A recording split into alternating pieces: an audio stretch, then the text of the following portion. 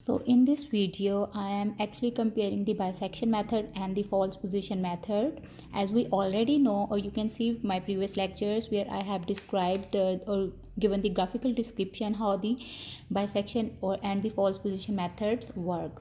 So basically these two methods are the numerical methods, and it's the perspective that the bisection method gives us the solution in any case, and it only fails when we have a positive function or f of x is always greater than 0 for the entire interval. Otherwise it is very helpful for determining the solution of an equation of the form of f of x is equal to 0. But as we know that the bisection method is little bit slower as compared to the false position method, because in the bisection method we actually bracket our root within an interval, and then the iteration or the next first iteration is calculated at the 2 points a and b, where at a the function is negative and at point b the function is positive, and it can be reverse. All right, so the first approximation x of I is actually calculated as x of I is equal to a plus b over 2.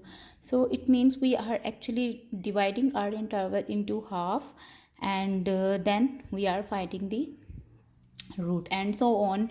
It continues like that. Whereas in the false position method, this is the original root where the function or the curve cuts the x-axis, and we actually select the 2 points a and b such that at which the function is positive and negative, and finally we join these 2 points with a straight line, and the first approximation is calculated as where the straight line cuts the x-axis. This is called our first approximation. Now again we bound our root within an interval where the function actually changes the sign, and so on.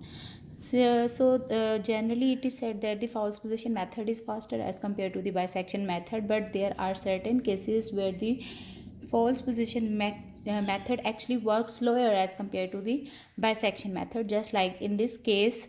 In this case you can see this is the type of the function where the false position method is actually taking so many iterations for determining the root, while in the bisection method you can see this is our first approximation, and then we have our bounded our interval within this interval. As you can see, the next approximation gives or takes us very closer to the original root x, and then the third iteration or nearly at the third iteration we are actually very close to our root. So such type of the functions still exist where the bisection method works faster as compared to the false position method.